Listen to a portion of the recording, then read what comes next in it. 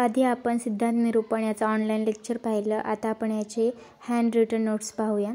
याची व्याख्या आहे. ही व्याख्या इम्पॉर्टंट आहे आणि हा श्लोक लर्न करायचा आहे. सिद्धांतो नाम स यः परीक्षकैः बहुर्विधं परीक्ष्य हेतुभिश्च साधयित्वा स्थापते निर्णयः.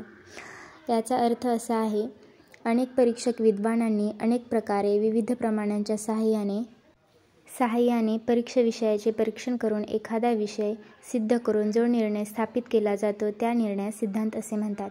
या श्लोकामध्ये सिद्धांताची डेफिनेशन अशी सांगितली आहे की अनेक वेगवेगळ्या परीक्षक विद्वान लोकांनी वेगवेगळ्या प्रमाणांच्या सहाय्याने त्याच्या मदतीने जो परीक्षा विषय आहे त्याचं परीक्षण करून एखादा विषय सिद्ध केला जातो. म्हणजे ज्या एखाद्या विषयाचं परीक्षण करून त्याला सिद्ध केलं जातं आणि त्यावरून एक निर्णय स्थापित केला जातो आणि त्याच निर्णयास सिद्धांत असे म्हणतात.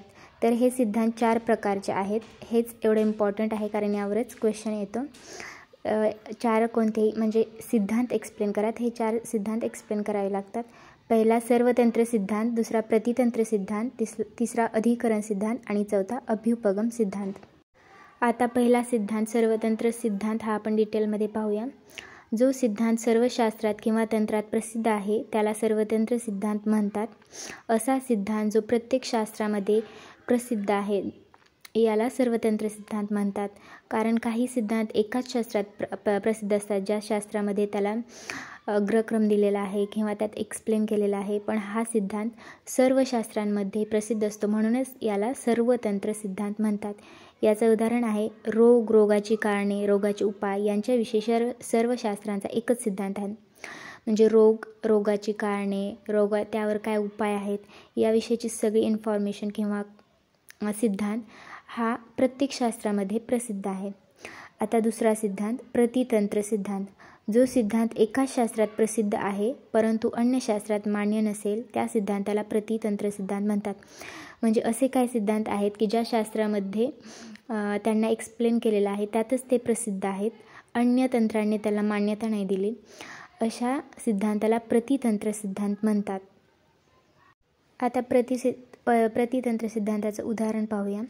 आयुर्वेद शास्त्रात 5 ज्ञानेंद्रिय आहेत तर अन्य तंत्रामध्ये मन धरून 6 ज्ञानेंद्रिय सांगितलेली आहेत. म्हणजे आयुर्वेद हे एक शास्त्र आहे, त्याच्यामध्ये जो सिद्धांत आहे की ज्ञानेंद्रिये 5 आहेत. परंतु असे काही अन्य तंत्र आहेत त्याच्यामध्ये मन याला पण एक 6वं ज्ञानेंद्रिय मानलं आहे आणि ते धरून 6 ज्ञानेंद्रिय सांगितले आहेत. म्हणजे यात सांगितलेलं आहे की आयुर्वेद शास्त्रात जो सिद्धांत प्रसिद्ध आहे फक्त तो एकाच शास्त्रात प्रसिद्ध आहे.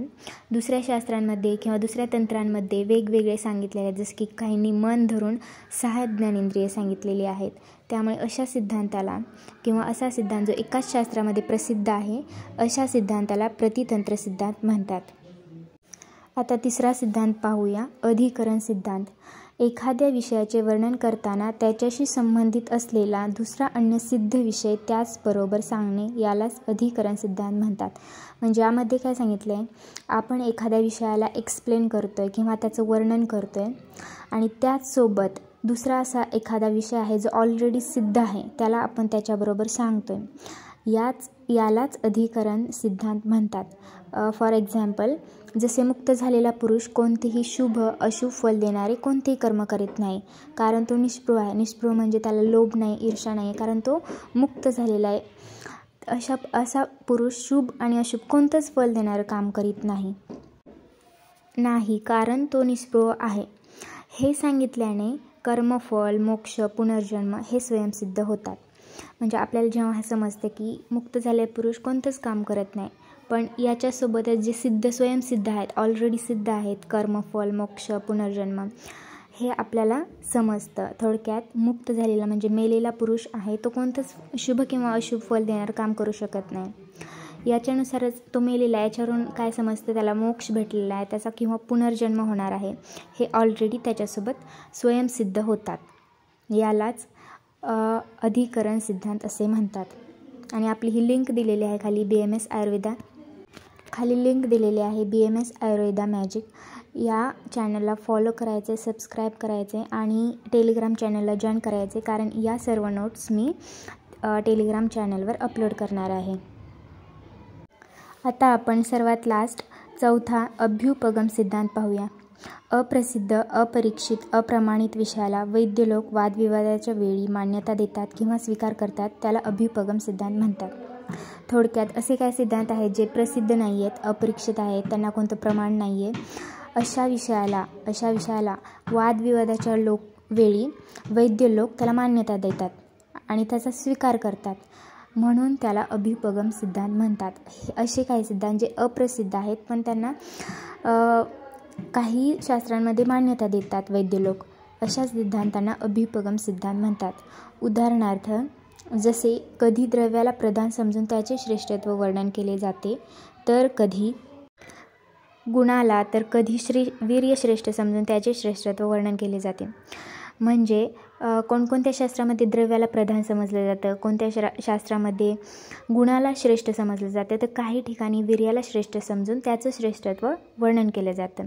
म्हणजे हा प्रसिद्ध नाही आहे, अप्रसिद्ध सिद्धांत आहे, म्हणून त्याला अभ्युपगम सिद्धांत म्हणतात. कारण काही शास्त्रामध्ये द्रव्याला श्रेष्ठ मानलं जातं, काहीमध्ये गुणाला, तर काहीमध्ये वीर्याला. आता सर्व सिद्धांत पाहून झाल्यानंतर आपण सिद्धांताचे महत्त्व पाहूया. सिद्धांताच्या सहाय्याने आपल्याला झालेले ज्ञान हे इतरांना पटवून देता येते, हे पहिलं महत्त्व आहे. जसं की सिद्धांतामुळे आपल्याला काही नॉलेज झाले किंवा नॉलेज गेन झाले किंवा आपल्याला कोणत्या गोष्टीचं ज्ञान मिळाले आणि ते आपल्याला दुसऱ्यांना पटवून द्यायचे, तर सिद्धांताच्या मार्फत आपण त्याला एक्सप्लेन करू शकतो. म्हणजे सिद्धांताच्या मार्फत त्याला प्रूफ करून दाखवू शकतो, आपलं ज्ञान त्याला पटवून देऊ शकतो.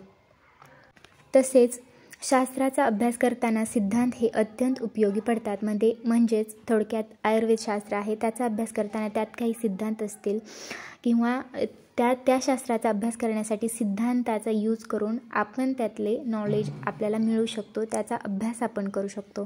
त्यामुळे वेगवेगळ्या शास्त्रांचा अभ्यास करताना सिद्धांत हे अत्यंत उपयोगी पडतात. तसेच आता तिसरे महत्त्व पाहूया. रुग्णावर चिकित्सा कर्म करताना सिद्धांताचा उपयोग करून चिकित्सा केली जाते. म्हणजे वेगवेगळ्या रोगांवरती चिकित्सा करताना सिद्धांताच्या मार्फत जे ज्ञान मिळवले आहे त्यानुसार आपण रुग्णावर चिकित्सा करू शकतो. आणि चौथा, संभाषण करताना विरुद्ध पक्षाला पराभूत करण्यासाठी सिद्धांताचा उपयोग केला जातो. म्हणजे थोडक्यात आपलं मत एक्सप्लेन करण्यासाठी, विरुद्ध पक्षाला पराभूत करण्यासाठी आपण सिद्धांताचा वापर करू शकतो. या प्रकारे या चॅप्टरच्या हँड रिटन नोट्स संपलेल्या आहेत. हा व्हिडिओ आवडला असेल तर लाईक, शेअर आणि सबस्क्राईब करा. आणि या सर्व नोट्स पाहिजे असेल तर चॅनलवर जाऊन आपली लिंक, टेलिग्राम लिंक आहे, टेलिग्राम चॅनलला जॉईन व्हा, म्हणजे तिथे तुम्हाला सर्व प्रकारचे नोट्स अवेलेबल होतील. थँक्यू.